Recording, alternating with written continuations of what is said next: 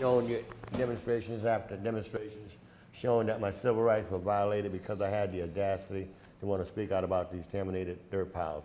Now I got over 35 to 45 to 50 shows basically saying the same thing. So today when I came in today, I told my wife what my thoughts were today. Instead of me just going over the same thing over and over again, I'll just highlight a few things that I know that you will be able to pick up as you look at the different shows that I've given over the last 3 years. Now, as I said before, you can download these shows from Soundview Media Monday through Sunday, 7 days a week. That's right. You'll be able to get it all specifically at the pace that you want to get it at. You can record it and do all the above. It's up to you. I say to you, take this information seriously because there go the grace of God to be you next. Now, I don't get no satisfaction out of being persecuted, but I'm glad to know what persecution is like. And persecution was like to me is basically me because of me speaking out about contaminated dirt piles that our kids have been playing on, thinking that it's something worthwhile playing on, not realizing the danger it could cause to them as well as to their family members. And for the city of Bridgeport to take an attitude on me in terms of wanting to terminate me after 27 and a half years working for the city with no problem in any form, in any fashion, I say shame on the city of Bridgeport. So what? It cost you $250,000 to remove these contaminated dirt piles that should have never been left there for months and months and months, knowing that kids were playing on those contaminated dirt piles. But it didn't matter to you because it wasn't your kids. But I, Cecil Young, yes, as a community activist, was told by health inspectors, okay, as I was told about the housing authority woes that needed to be spoke about, as I talked about putting more police in public housing projects over the years. I've always spoke about issues that pertain to our people in our community, okay? That's what community activists do, and that's what I've been doing. But like I said before, I plan on today not coming to you trying to repeat the same show over and over again, but just to highlight a few things, okay, that you will pick up if you tune down and tune into the different shows that I've had in the past. Okay, as I said before, I get no satisfaction out of doing what I'm doing other than the fact that I enjoy the fact that God has to use me to be able to speak out about issues that affect you and our tomorrow's future in our community. I've been doing that for the last 60 years, okay? I'm 76 years old now. I just turned 76 this April 6th, okay? Thank God for him allowing me to be able to stand up this long, to be able to do all the things that I've been allowed to do. Thank me because of God allowing me to do all these things I was able to do. I say to myself, I feel proud of myself because I was told growing up because of my so-called handicap of not being able to pay focus to their teachers who's trying to teach me about what they thought I needed to know because I was one of those hyper-type guys who, regardless of what, I didn't want to sit down and stay quiet too long in the classroom because I had a complex that caused me to say, hey, I don't want to be embarrassed. I'm going to act like a class clown, which I did act like in order to get put out of the class. But as you see here, as a clown, I think I did pretty good acting as a police class clown because apparently I must have observed quite a bit over the years that I lived because of the time that I took to get to know these people that have authority, that have positions that can help me, help our people, help themselves. That's what I've been about all my life, okay? Yes, I've been out in the eye of the storm helping State Senator Sal DiPiano, State Rep Joe Lugo. I was an aide to Senator Mayor Tom Busey, a radio talk show host with Russ Knight, okay? I've been involved for years and years, okay? I have formed a cadet corps in P.T. Barnum, okay, girls and guys to keep them out of trouble and doing a lot of positive things. Now, again, like I said before, I'm not going to go over the whole show again. Like I said, I wanted to play some music for you. I wanted to play the kind of music that turned me on, to get me excited. And that's what I wanted to play for you today because I said to myself, hey, Cecil, do a little something different. But I said, but again, because of this being so serious, I want you to be able to tell the governor and Mayor Ganem, who's running for office, okay, what the city denied me. What the city denied me. What did they deny me, Sandy? What did they deny me? Here's what I was asking for. This is the letter of 3/10/2006 from the Labor Relation and Benefit Administration. Dear Mr. Young, a copy of your doctor's note was received today in this office. However, this documentation is still not acceptable as it does not provide a diagnosis/reason for your absence. Therefore, your absence is considered an unauthorized absence. In accordance with the city's attendance policy, upon an unauthorized absence of 3 or more consecutive days, the city will be deemed to have resigned. The employee will be deemed to have resigned from employment. You must return to work immediately, or you will be deemed to have voluntarily resigned your position as a security guard with the City of Bridgeport. If you have any questions, please call your union representative, Jody L. Paul, Labor Relation Officer. Okay. You know what troubled me? You see the letter was held up until the 15th and decided to send it out on the 15th, thinking and hoping to God that I would not show up on the 16th, okay, for work, knowing that that was the final day telling me that I must return to work. Otherwise, I would be deemed to have voluntarily resigned. Well, I'm not crazy. Why would I want to give up 27 and a half years that I've given to the city because of me not showing up? Even though I knew good and well under doctor's care, I should not have been forced to have to show up at work, which they forced me to have to come up to work, even though I requested a medical leave of absence. What was the medical leave of absence with acting grant personnel, Janet Finch? Yes, the letter is dated March 17th, 2006. Dear Mr. Young, our office is in receipt of your application for family and medical leave. Based upon the reason for leave that you provided, your request has been denied. Your reason for leave does not meet the requirements of a serious health condition or any other reason for leave as defined under the Family and Medical Leave Act. If you have any questions regarding this decision, please contact the Office of Labor Relations. Sincerely, Janet M. Finch. Shame, shame, shame. Medical leave request. You know what really troubled me is that for me to have to produce the evidence that they said I needed to produce, which I shouldn't have had to have to be produced because under the HIPAA law, there's a new law in the state of Connecticut that says that I don't have to produce anything pertaining to the reason why I've been out of work. And for them to disregard my nurse, the doctor's note, who normally sends a note pertaining to his doctor's patients by a nurse signing it, they didn't accept that doctor's note, okay? They didn't accept the doctor's note because it was signed by a nurse. Most nurses sign doctor's notes because most doctors are wasting their time with patients. And when it comes to sending you back to work or giving you time off from work, nurses usually sign that, okay? And to disregard that, I say shame on you. Okay, it troubles me, okay, and knowing that that is the HIPAA law, that they didn't have to tell you that, okay, shame on you. Here it is in 2005, okay? This is the same doctor's note that he used in 2006. Same identical doctor's note, okay, 2005. It shows that in 2005, they honored the doctor's note. They honored it in 2006, didn't honor it in 2006, because they said the doctor didn't sign it. But they know that this is the doctor's signature. This is the way Dr. Walters writes. He wrote this same signature in 2005 when he gave me a time to take off out of work because of a leg injury that occurred during the time that I was passing out flyers for the city health department. This is the way Dr. Walters writes. They know that. But nevertheless, that wasn't good enough for them. They wanted to know what was I being treated for. So again, I told them I was being treated for what? Extreme anxiety. Extreme anxiety. Why was I being treated for extreme anxiety? Because I was aggravated, I was frustrated, I was terminated. I was terminated unjustly for so-called allegedly not coming to work. When you see on March 6, 2006, after 27th, I did return to work, okay? I returned to work and indicated that I was going for a colon exam, okay, on March the 17th.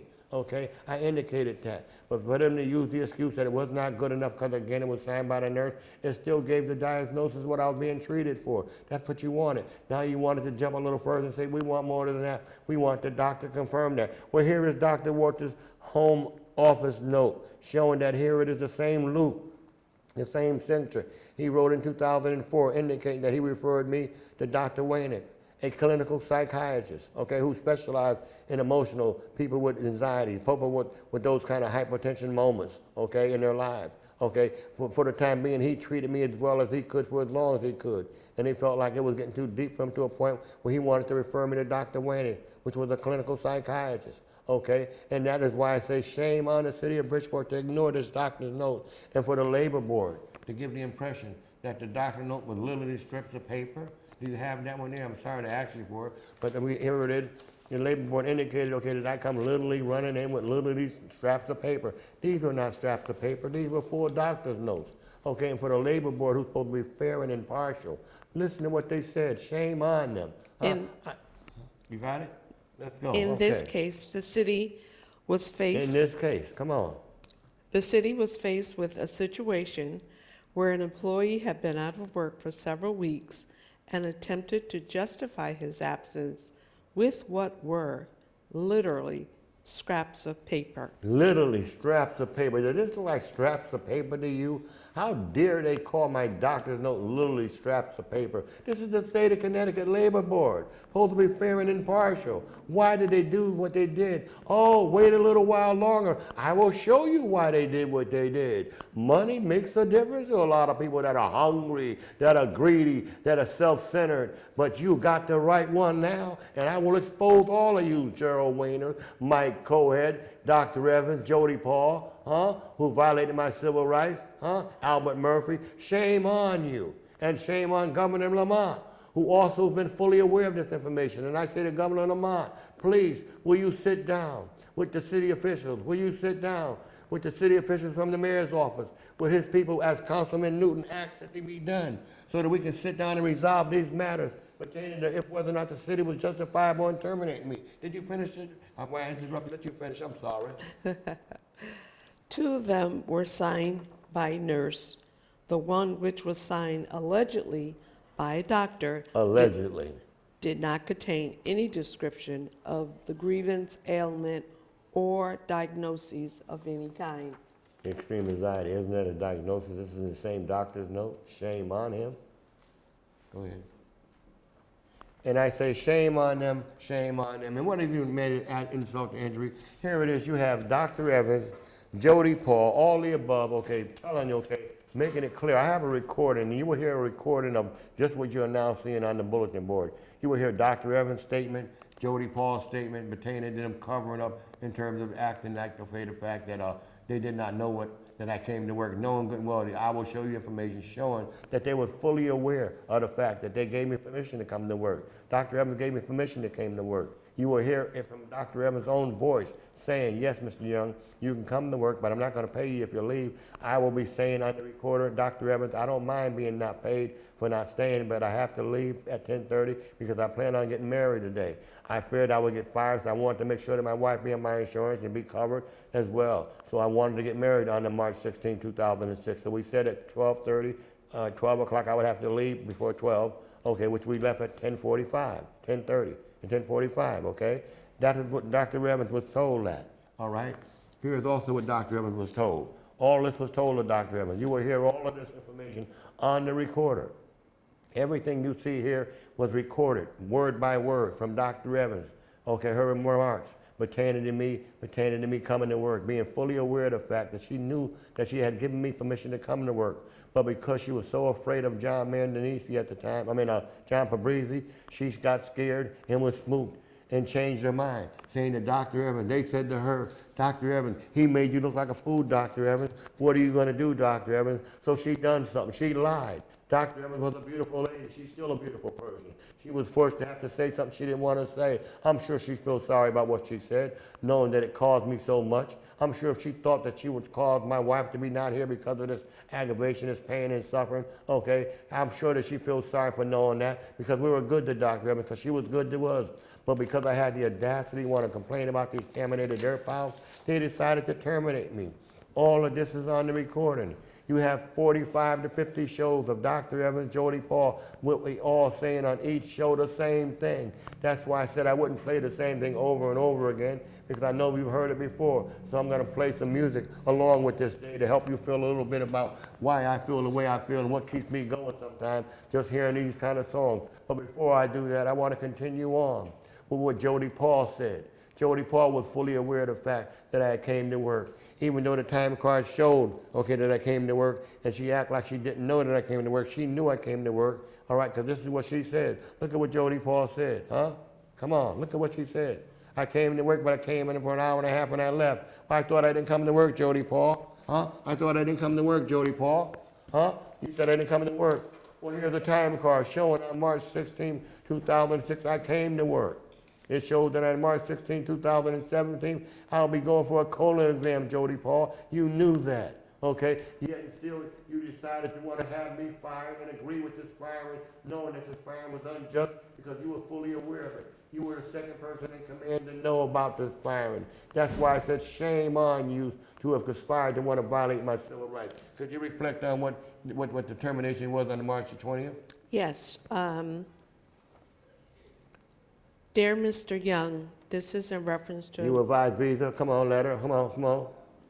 You were advised via letter from Labor Relations dated 3/10/2006 that you must return to work immediately or you would be deemed to have voluntarily resigned your position as a security guard with the City of Bridgeport.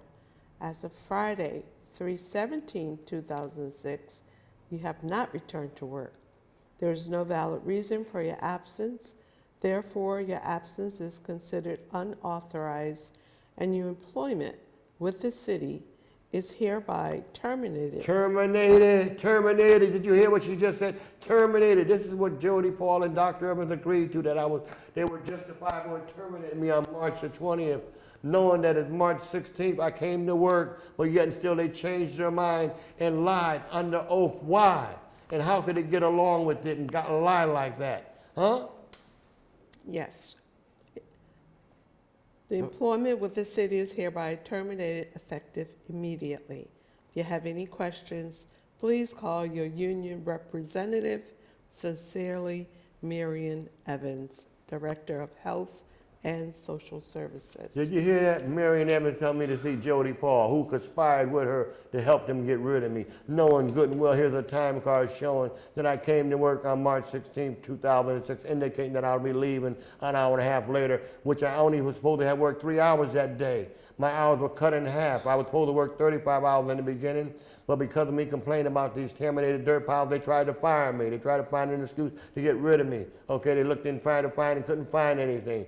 Okay, to make a long story short, I said, hey, hold up. I only have but a 2 years, a year and a half more to retire to get my benefits. Let me stay. You can take half of my hours. All right, so make a long story short, I agreed to go along with that. I gave them 15 of my hours and I kept 20 hours in order to continue my benefits, in order that I would have the medical benefits I needed. And what troubled me is that Dr. Evans' secretary, these are her notes that she confirmed, that she knew that I was going for a colon exam. This is Dr. Evans' secretary who confirmed the fact that Cecil Young was going to be treated for a colon exam the following day on the 17th. This was Dr. Evans' secretary, her supervisor, my supervisor, Etha. She signed it. She confirmed the fact that I was going for a colon exam. Here it is in black and white. They was all fully aware of that. So why would she lie? Why would Dr. Evans change her mind? A good-hearted person would lie like that for someone like me. And Jody Paul to go along with that. Jody Paul, who's supposed to be fair and impartial. You would think that she would call for a meeting.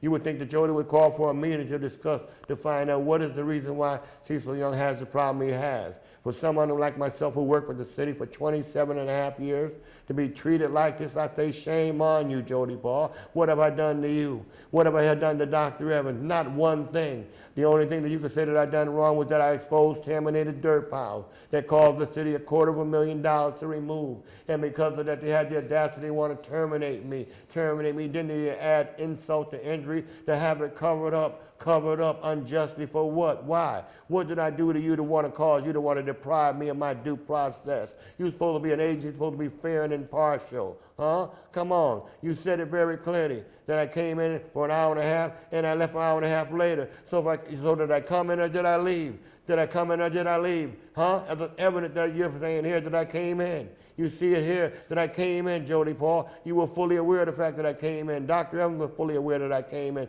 Yet and still, because of the power the governor has, the power that the mayor has, and because of them both are involved with their people being involved in this cover-up, they figured they would get away with it. And I'm saying, yes, shame on you, Governor. Shame on you, Mayor Joe Ganim. And I'm saying to the public, Republican, Democrat, Independent, the John Doe public. My name is Cecil Young. And I plead with you to look at this profile, to download these shows, Soundview Media, YouTube, 7 days a week, Monday through Sunday. You can download these shows and you will find out that these people lied on me. They violated my civil rights. And I say, for what? Why did they do what they do to me and think they can get away with it? What was wrong with them? Huh? How dare they violate the public's trust and do what they did to me? Someone who stood in the eye of the storm, helping people do as much as I can all my life. I didn't care what the color you were. I cared about the content of your character and the fact that you have a right that need to be honored. Oh, but because of the greed, you felt prey to the Pharaoh's bidding. You felt prey to the Pharaoh's bidding and you lied on me. And thank God for the Freedom of Information Act, which called me able to force them to produce evidence to show exactly what they got paid for. Now here you have Albert Murphy getting paid, for having what? 1, 2, 3, 4 hearings, Mike Coed, 1, 2, 3 hearings. Now, who do they have hearings with? I had one hearing with Mike Coed and Gerald and Albert Murphy. One hearing, we both met at the same time, one time we met, okay? Now the question is, if we met one time and they both agreed that the city was justifiable in terminating me, the question is, why would Mike Coed allow himself to be paid 1, 2, 3, 4 times? 4 times. Mike Coed got paid 4 times. Why? He got paid 4 times because him and Gerald Weiner allowed themselves to commit fraud. And they got away with it. They got paid. And I'm saying they should be made to pay this money back. This is what I gave to Governor Lamont. I showed Governor Lamont that Mike Coed, Gerald Weiner should have been fully aware of the fact that I did not voluntarily resign. Voluntarily employees have no right to receive medical benefits if they voluntarily resign. But if I was terminated, I have a right to receive medical benefits. Now Mike Coed knew that. He knew that. Mike Coed had been on this board for 20 years or more, Mike Coed had been a part of this board for 20 years or more. He knew that, Look at here. Mike Coed and Gerald Weiner. Gerald Weiner, look how long he's been on this board. Almost 20 years. Almost 20 years, Gerald Weiner almost been on this board. Mike Coed almost been here almost 20 years. How dare they not know what they were doing? How dare they not know if the city was whether or not they were justifiable in terminating me? I'm sure before they got this case, they was told by Albert Murphy and Mike Coed that the city was justifiable in terminating me. And if that was the case, that should have been it. It should have been a closed case. There should have been no hearing. Not no 1, 2, 3, 4 hearings. Not no 1, 2, 3, 4, 5 hearings. What was Gerald Weiner, what was Mike Coed being paid for hearings pertaining to whether or not I have a right to medical benefits? Terminated employees do not have a right for medical benefits if they were terminated. I mean, if they voluntarily resigned. I never voluntarily resigned. I was terminated. I was terminated. You heard read the letter. What did the letter say? The letter said I was terminated. Why did it say I was terminated? Because I so-called allegedly did not come to work when they knew I came to work. And that's why I say to you, shame on Dr. Evans, shame on Jody Paul. You got to do, shame on them to terminate me and to act like they didn't know nothing about it. That's what's so sad about it. Come on, they said that I was terminated for not coming to work. Here's the proof that I did come to work. Here's the time, here's the check stub. They paid me a check stub. They paid me a check stub. Here's the letter it came in the mail. They paid me a check stub. Then add insult to injury, they took away my sheriff work. Russell Liskoff took away my city sheriff work. Told me he has issue with people who are filing lawsuits against the city. I guess so. And why should you? If the city unjustly terminate me, don't I have a right to defend myself, Russell? How dare you agree to deny me sheriff work because I had the nerve to want to sue the city for unjustly terminating me? They unjustly terminated me. You heard the letter? You heard the letter? I done everything I had to do to get this medical leave absent. By asking Jody Paul, by asking Janet Finch, by confirming with my doctor that I needed medical time off from work. They didn't allow me to do that. So they forced me to come to work. So I got paid for that day on March 16th for coming to work. There's proof that I got paid. The question is, why did Mike Coed and Gerald Weiner get paid for having hearings pertaining to whether or not I got terminated or not? When they should have got filed, and the file should have shown either he was voluntarily resigned or he was terminated. They should have found that out the first hearing. Because I'm sure it was in their file showing that Gerald Weiner and Mike Coed, I'm sure it was in the file showing them that Cecil was terminated and he did not deserve any medical benefits. So the question is, if you knew that Mike Coed, why did you have these hearings with Gerald Weiner? Somebody need to investigate that. And I'm saying shame on these folks. And I know that Gerald Weiner has said to me, he thought he knew me as someone who would hang out down at the courthouse, which I used to hang out down at the courthouse from time to time when I was younger, because I used to have my gang and my groups, and we would go down and help get one another out of jail if we got in little minor troubles from time to time. So he thought he knew me, and Gerald Weiner wanted to get out of it. And I'm saying, Gerald Weiner, I'm sorry. that I said, no, I needed this thing taken care of because I waited so many years to have this hearing. Okay? So I could not wait. And I'm sorry that I got you caught up in something that you wanted to get out of, but somebody needed to bring this thing to justice. And for you to lie and to give the impression that you act like you didn't know what was going on, when I'm sure Albert Murphy and Mike Coed gave me information showing you that I was terminated, okay, because they terminated me. Mike Coed and Albert Murphy terminated me, and yet and still they act like they didn't know nothing about that by getting paid for voluntarily so-called documentations, information that had no information showing that I voluntarily resigned. There was no information showing that. Yet and still they did that. Huh? So what did I do? What did I do? Okay, they tried to go along later on and try to get me to say that I need to sign this agreement. To sign this agreement to do what? Why should I have to sign an agreement, okay, with my union and you come together to try to get me to go along with signing an agreement when you violated my civil rights, when you knew good and well any employee who works for the city have a right to continue their medical benefits as long as they file agreements within a timely fashion, which I've done so. You know I've done so. And to have me go through what I've been through, after 20 years? I have not worked in 20 years, For 20 years I have not worked, Why? I've been totally put on total disability, Since 2010, the federal government, Social Security, had declared me totally disabled. Why? Because of me exercising my First Amendment right? Why? Because I was attacked by city and state officials. Go on the website, you will confirm it all. For 20 years now, I, Cecil Young, have not worked in 20 years, and I'm about ready to stop doing this thing over and over again, and I'm going to become what they call Soundview Media, Cecil Young news reporter. Soundview Media, Cecil reporter, news reporter. Because I'm coming at you, John Williams. I'm coming after you, Brian Luckhart. I'm coming after you and to talk to you about wanting to know why won't you pursue this matter pertaining to what they did to me, I know you like being around the mayor. I don't mind being around the mayor. It's good being around people with power. But when people with power do wrong things, it's your job to tell us the truth and expose that. You didn't do that. Now, I got two minority council persons in my district, black and Puerto Rican, told you that they wanted you to look into my situation, and you have not done it. And I say, why not? I ran for mayor in 1977. I was known as the ghetto candidate, the first black man to have run for mayor of the city of Bridgeport. Cecil Young. Talk about the conspiracy that could backfire. This should backfire. Why? Because of what you did to me. You said, Joe Gannon, you deserve another chance to be given your license back. Well, I say, I deserve a chance to prove my innocence. You know, you talk about the Innocent Project. What about my rights being violated by people like you and I? And you got people that look like you and me telling you they want you to investigate these allegations and you can't do so. I say, what is wrong with you? Could you please reflect on that if you can for me? Yes, the letter is dated April 8th, 2025,